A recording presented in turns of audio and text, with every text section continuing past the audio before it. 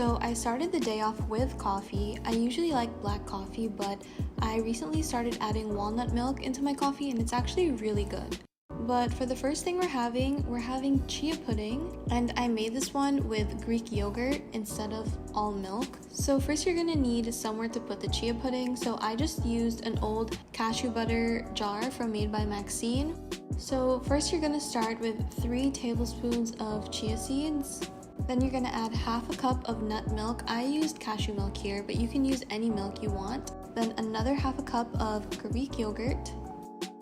Then 1 tablespoon of honey or any liquid sweetener that you want.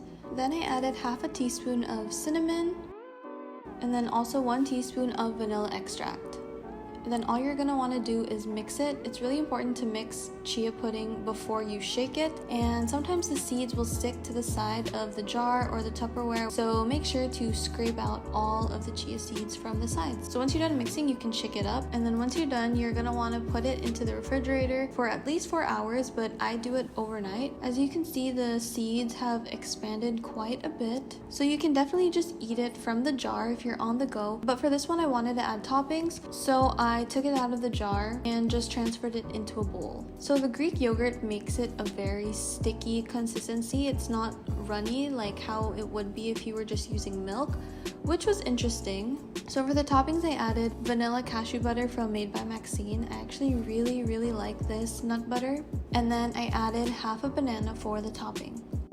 And that was all super simple, and it's a really good breakfast if you're on the go as well. So I tried it, and it's definitely a different consistency when you use Greek yogurt. I personally prefer just using milk, but I think the Greek yogurt version is worth giving a try. So for lunch, I made kimchi cheese quesadillas. This was inspired by the Foodie Takes Flight's vegan kimchi grilled cheese. What I'm making isn't vegan though, and since I'm dealing with kimchi, I put on an apron just to make sure.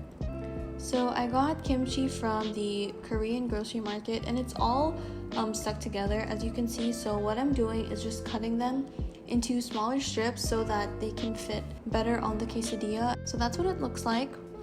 So the ingredients are obviously kimchi and cheese. So I think it's best to use 2 different cheeses. I use mozzarella and red cheddar, and then you're also going to want to have a tortilla. These tortillas though that I have were very weak and broken. But anyways, this is optional, but I just added butter to the tortilla, but you don't need to. And then I added both of the cheese.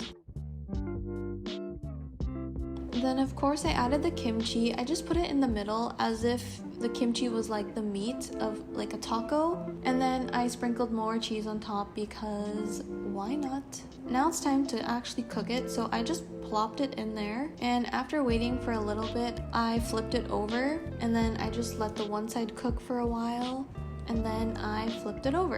And now you can see the cheese is really melted already.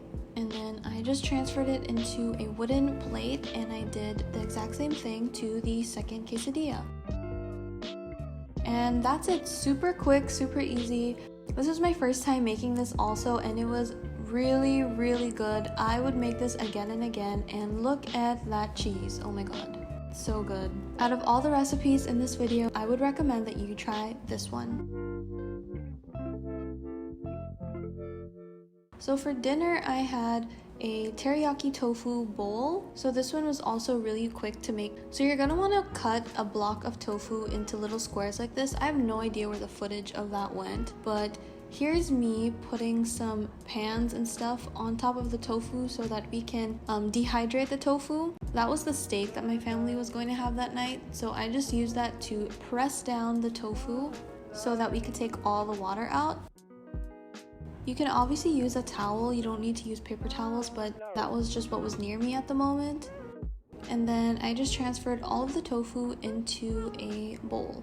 I didn't have evenly cut tofus, my bad. So then you're gonna want to add 1 tablespoon of low sodium soy sauce or tamari or coconut aminos, whatever you have or whatever you like.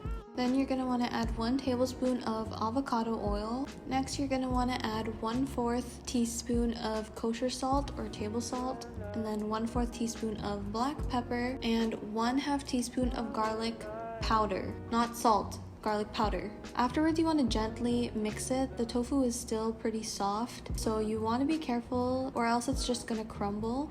After mixing it for a little bit, it should be pretty brown, and then you're gonna want to add 1 tablespoon of cornstarch just to give it a bit more texture, and just do the same thing and mix it really slowly and carefully.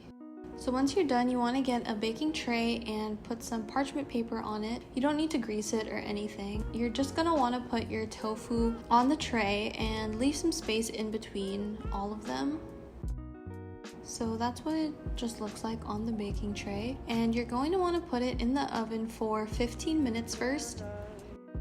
So while waiting, we're gonna make the teriyaki sauce. So all you have to do really is just put teriyaki sauce into a bowl. I just eyeballed it, I don't know how much this is. And then to add some heat into the sauce, I added some sriracha, and I also don't know how much I put. This is just an eyeball again. And then you're just gonna wanna mix that. So after 15 minutes, you wanna take the tofu out, and then you're gonna wanna flip them. So I tried using a spatula, but it was failing, so I ended up just flipping everything with my hands. I should have probably used tongs, but I don't know, I just used my hands. And then you're just gonna wanna put it back into the oven for another 15 minutes. No.